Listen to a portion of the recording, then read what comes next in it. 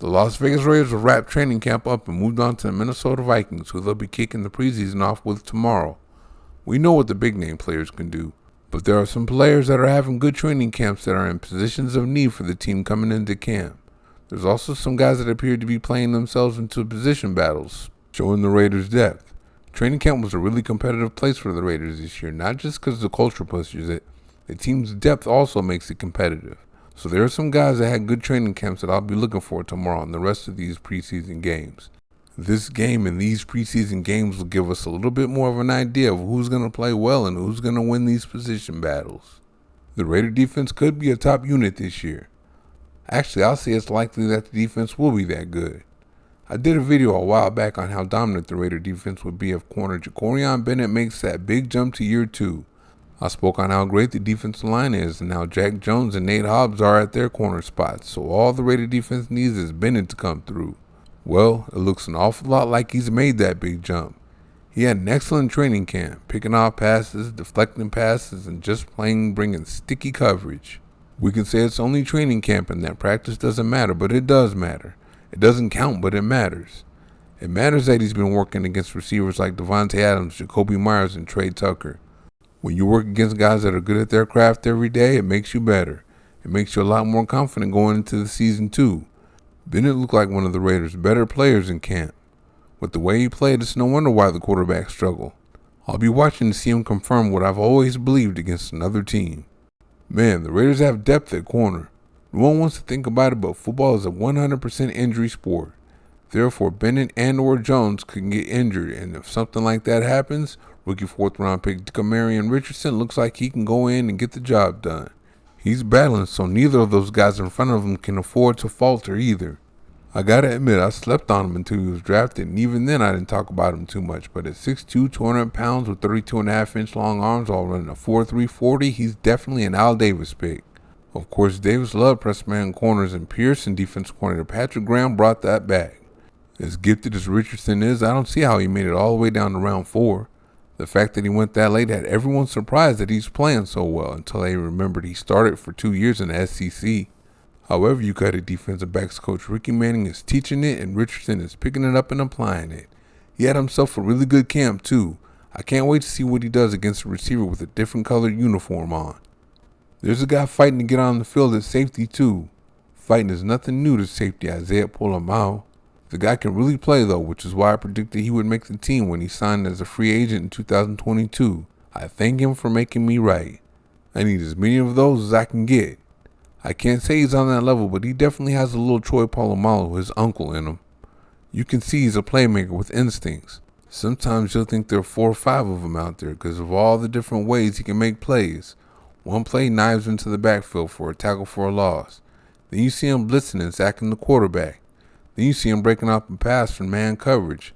Then you see him playing center field and grabbing an interception. He killed it in training camp doing all of the above. Oh, and he's hitting out there too. I love Marcus Epps and Trayvon Merrick, but at some point you gotta let the 6'4", 210-pound Polamalu on the field. He's gonna keep fighting to get on the field, so we'll see which safety gets less snaps. He's another one I'm excited to see tomorrow. The defensive line is gonna be deep too. Of course, there are the stars like edge rusher Max Crosby and interior defensive lineman Christian Wilkins. Edge rusher Malcolm Koonce established himself last year with 8 sacks, and so did interior defensive lineman Adam Butler with 6. John Jenkins is set to do his thing except from the run, but there's another interior defensive lineman emerging. Byron Young stood out in training camp. He did a good job against the run and rushing the passer. His teammates, coaches, and beat writers noticed a big difference in him. He's stronger, quicker off the ball, and plays with better technique. In this training camp presser, he talked about all the things he did to be a different player. He changed his diet and hired a personal trainer to put him on an off-season workout program, but that was just a physical part to him. Young attributed most of his jump to year 2 to a change in mentality. I'm paraphrasing here, but he said his maturity and his not feeling entitled were huge factors in his improvement. He disappointed me after I thought highly of him last year, so I'm looking to see who and what he is this year, starting Saturday. Then there's 2023 first-round pick Tyree Wilson. He's healthy and in good shape now, so of course he's looked much improved in training camp. Last year was a disaster for him because the last regime drafted him knowing he had a foot injury, so they didn't plan to play him until the end of the season. They planned to play Chandler Jones on the opposite edge of Crosby and bring Wilson along slowly. However, Jones flew over the cuckoo's nest, and it seemed like McDaniels flew over it with him. Instead of replacing Jones with Coombs, whom I've always liked, he replaced him with the way out of shape and still not healthy Wilson. He wasn't pretty either. He wasn't ready to play NFL football at the time. He was just trying to survive. Again, he's in shape and healthy now, so he can thrive. I'm not looking for him to be this big dynamo right away, though. I'm looking for him to actually start learning how to play this year. I won't be looking for anything special from him until the end of the season. He'll be in the mix on the edge and on the interior. When that kid learns how to play, watch out, because he has rare talent. I can't wait to see step 1 on Saturday. As all the rest of the edge rushers on the team are, Wilson is going against some good offensive tackles in spite of the fact that left tackle Colt Miller has yet to practice. Don't worry about Miller though, because according to Sports Illustrated's Hondo Carpenter, Miller would be playing if the Raiders were playing in real games, but since they aren't, they see no need to rush him back. Let that shoulder get nice and strong. The offensive line looks good anyway because they're really deep. Right tackle Darren Munford looked good in training camp. Did he lock Crosby down every day and all day? Of course not. No one does that to him. They were back and forth battles, and you can see both players get theirs. You can see the mutual respect they have for each other too. Rookie third-round pick DJ Glaze has come in and surprised a lot of people. As you saw last year, Munford showed again in training camp he can go to the left side when need be, and Glaze showed us a little something at right tackle. In the process, he's been going against Max Crosby and hanging in there with them. Do we have a battle at the right tackle position? I want to see him against the Vikings before I say so. The Raider offense will be special if they can get it together at the quarterback position. Wherever the quarterback is will have a fully loaded offense. It starts with the running game and running back Zamir White, and then there's Adams, Myers, and Tucker at receiver. But there's a rookie that's ready to take the league by storm.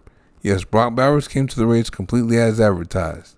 He can run routes with the best of them, and he has great hands, but that speed makes him a generational tight end prospect. Oh, his run after the catch is on that generational level too. Watching him run after the catch in training camp was something else. He has an unstoppable blend of talents, and he put them on display every day of training camp. I know receivers and tight ends generally have a hard time as rookies, but it doesn't look like Bowers is having any problems. Therefore, I expect him to ball right away. Barring injury, he'll be an immediate impact player. He'll get plenty of opportunities with all the double teams Adams will be taking. He's a system fit and a steal. I can't wait to see him go out there and get his feet wet tomorrow. It would be a shame for a team like this to be ruined by a quarterback. There's a competition going on at the position right now, and no one is going out there and, as Pierce always says, grabbing the bull by the horn. Some believe Gardner Minshew has the edge over Aiden O'Connell right now, but that simply is not the case. Every time the media asks him about the quarterback position, he says no changes. That means Minshew doesn't have jack. He has some days that he outperformed O'Connell, but on more days than not, it was the other way around. Not by much, though. I am disappointed in O'Connell right now because I expect him to show that big jump to year 2, but it's close, and close goes to O'Connell. That came out of Pierce's mouth before the Raiders got Minshew. He told the media whoever comes has to beat O'Connell out. So far that hasn't happened, so I'm really watching him tomorrow. I already know what Minshew is, so I want to see if the kid shows growth against the Vikings defense. Then we'll see if it's his own defense being too good and knowing what the offense is running because they worked with them every day. I can't wait. Raider Nation, I'm telling you, this is a really good, really deep Raider team. They just need to get their quarterback situation straightened out. They're choosing between an unproven second-year man that might have some growth in him and an unproven veteran career backup that might have some Rich Gannon in him. Who are you betting on to come out with the job? There's enough talent and enough depth on that offense to go far if the Raiders make the right choice. That is, if there is a right choice. Then there's the talent and depth on defense. They're going to keep the Raiders in a lot of games, especially if the players I talked about work out. Tomorrow we get our first little hint on if they will. Thank you for watching. See you next time.